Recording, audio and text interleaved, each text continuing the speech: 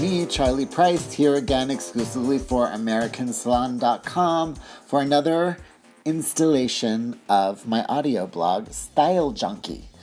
This time we're talking about one of my favorite things, award shows, and it was just the Golden Globes, as everyone knows, last night. So let's talk about what went on, what worked and what didn't. I think it was a very memorable moment because a shift has begun. Suddenly it's desirable to look like one cares again. Smooth, finished hair, pretty, elegant hair, strong haircuts on the women, and closely cropped debonair suits, snappy suits, no less, for the men. It did not go unnoticed, and it was definitely, I think, appreciated by many people. The stars looked great to me last night. They looked like respectful, dignified, but I still felt like it was timeless without being old or boring or stuffy. I still thought people looked sexy. It was the night of the boobie, honey. The boobs were out everywhere. Even I had a hankering to suckle myself, and, that's a moment. Okay, so let's talk about hair, because hair is why we are all here for AmericanSalon.com. Haircuts, strong haircuts. The bobs were back. Helen Mirren had a short graduated bob that was very, very well done and sexy on her and smart, strong, smart. Viola Davis also had a bob. Hers was a little more relaxed and dreamy that went with her ethereal look. And Tamron from the Today Show had almost like kind of a Spocky Sassoon razor sharp kind of precision cut, and I appreciated seeing these haircuts because we've seen so many years of a no haircut look. I loved seeing that again.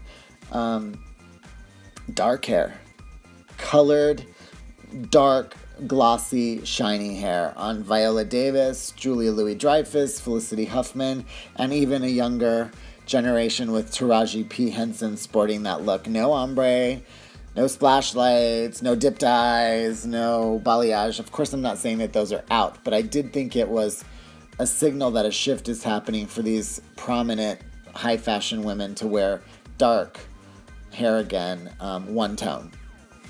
The woman of the evening was Lady Gaga, doing her usual retro routine, and of late she's been doing this sort of Marilyn meets Marlena Dietrich meets Madonna type of deal.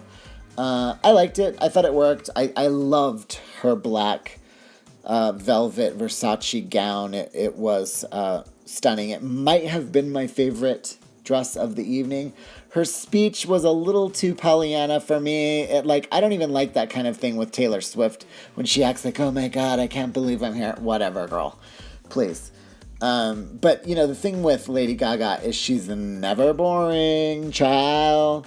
She always keeps us guessing, and I think that's one of the best things about Lady Gaga is that she's got a lot of pathos. She's always manipulating everybody, and I think we may never know who the real Lady Gaga is, and I think that that's a tantalizing prospect. Another trend, not about hair, but about fashion, was orange. I thought, there was two dresses. I mean, on Amy Adams, it was like, yeah, girl. And on Juliana Rancic, that gown was like, oh, no, pumpkin. That was not good. That was a mess. Queen Latifah in ice blue. I bring Queen Latifah up because I was sort of vacillating between loving and hating her look. I kind of liked the sort of blonde hair on her and the ice blue dress, and I also kind of thought she looked like a Palm Springs drag diva. I don't know, it worked anyway, regardless of whether it was good or bad. I think it worked for her. I just wish she'd come out of the closet because I think she'd be such a great role model. She still doesn't seem 100% comfortable in the persona that she runs around with. I kind of want her to come out of her shell a little bit. So another trend, back to hair for a second, is highlights.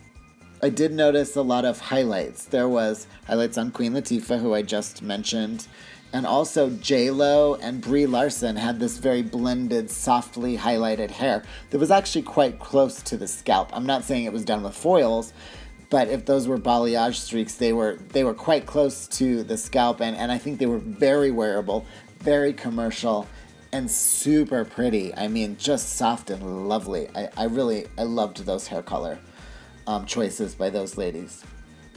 Let's talk about the men for a minute, because the men, I think, had a very, very good night. They showed very well last night. Good form.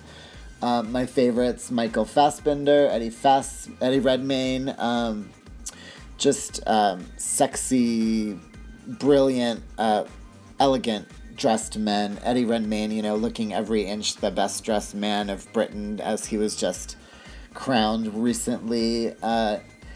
Matt Damon looked fresh and healthy and happy, and Tom Hanks looked very much the same, even though he had a cold. I loved their really, really ultra short hair. Same with Michael Keaton. I loved the really, really almost like buzz cuts on them. They looked really, really smart. Harrison Ford even looked good with his messy hair. Eddie Redmayne had a little bit of messy hair too, but it wasn't so messy that they looked insane. It still looked presentable. The only one I was a little disappointed, Denzel Washington is such a handsome man, and as I said on Facebook, he's a national treasure.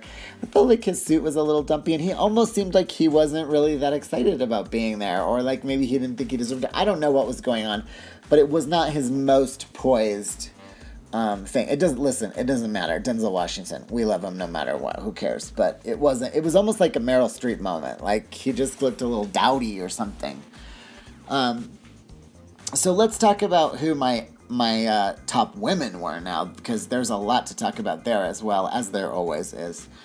Brie Larson, I just really enjoyed her Golden Girl look, and as I said, her hair color was enchanting. I thought she was poised and well-mannered. She seemed very nice, but not phony. She was just charming. I thought she was a breath of fresh air in Hollywood. I was absolutely blown away by Rooney Mara. She's every inch a fashion maven. She always turns up in intelligently, cleverly chosen designer dresses. And her braided, hairdo was just proof that she's fearless with her fashion and pushes what red carpet looks can really be. She's not scared. I think she's becoming quite the fashion icon. Jane Fonda looked like the Empress of Hollywood with this grand outfit of ruffles, and I thought her hair was elegant and was pinned up to perfection. I love Jane Fonda. I can't believe how gorgeous she is at close to 80 years old.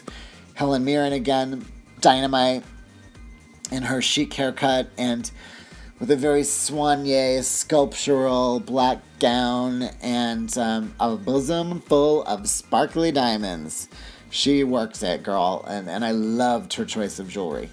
J-Lo, always, always, always on my radar. She was just a ray of sunny yellow with that soft, buttery blonde almost hair, smoothed expertly. I love the polish of J-Lo. I think she always gets it right. I really do.